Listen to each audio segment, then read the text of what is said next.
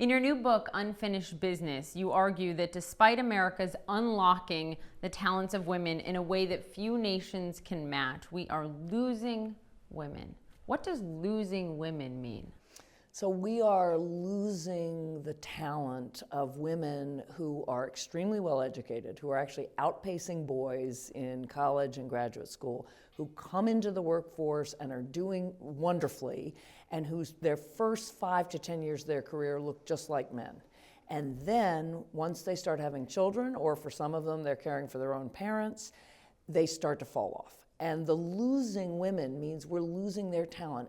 As they have children and discover they want to work differently, more flexibly, in ways that allow them to make room for care, the workplace typically forces them to make a choice between advancing in their careers and caring for others. And what happens then is they're shut out, and we as a country and individual businesses are losing their talent, but also the investment that those corporations made in them. But even more fundamentally, I was raised to think my father's work was much more important than my mother's. Yeah, and actually it's just recently that you've changed your mind on that. That was really part of the evolution for this book, is that I now look at my parents, and I would have said my father's a lawyer, I'd have told you my mother is a professional artist and a very talented one.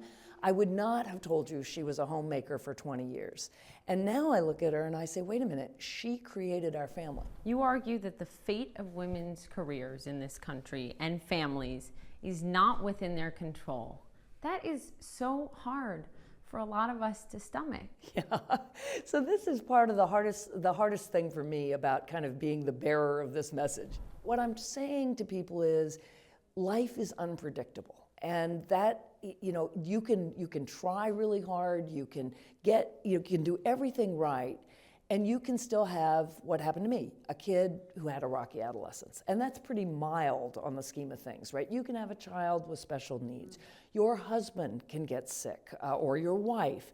Your parents can suddenly need care. Your marriage can dissolve. So my point is, it's very easy to hit a tipping point and to suddenly find that carefully constructed work-family balance or fit that you relied on, suddenly you tip over. And that when that happens, that doesn't mean that you're out of the game, or shouldn't mean that you're out of the game. So I'm telling young women, I know you want to believe you can control your life, but that's not actually the way it is. And at the very least, think about the possibility and plan for the possibility that you'll be a very different person at 35 and 45. There's also an economic argument to be made here, and you talk about until men and women stand up equally for care, meaning care of the family, care of the child if you have a child, care of the home, etc., men and women will never be equal. But you add on to that, America as a whole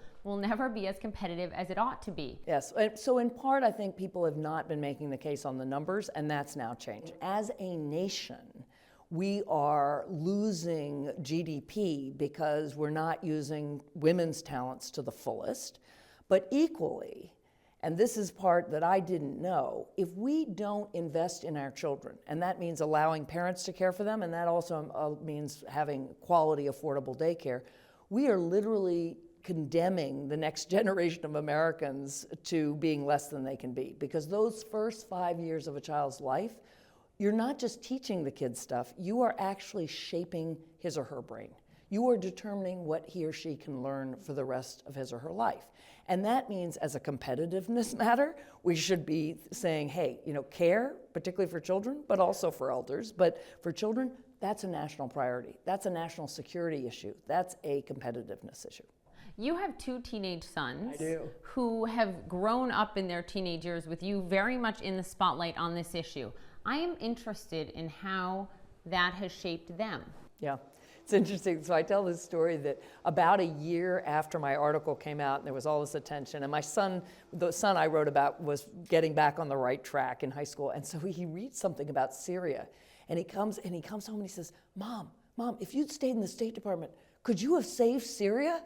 And it was like the first moment he realized that maybe this trade-off, had global consequences. And I assured him, no, I could not have saved Syria.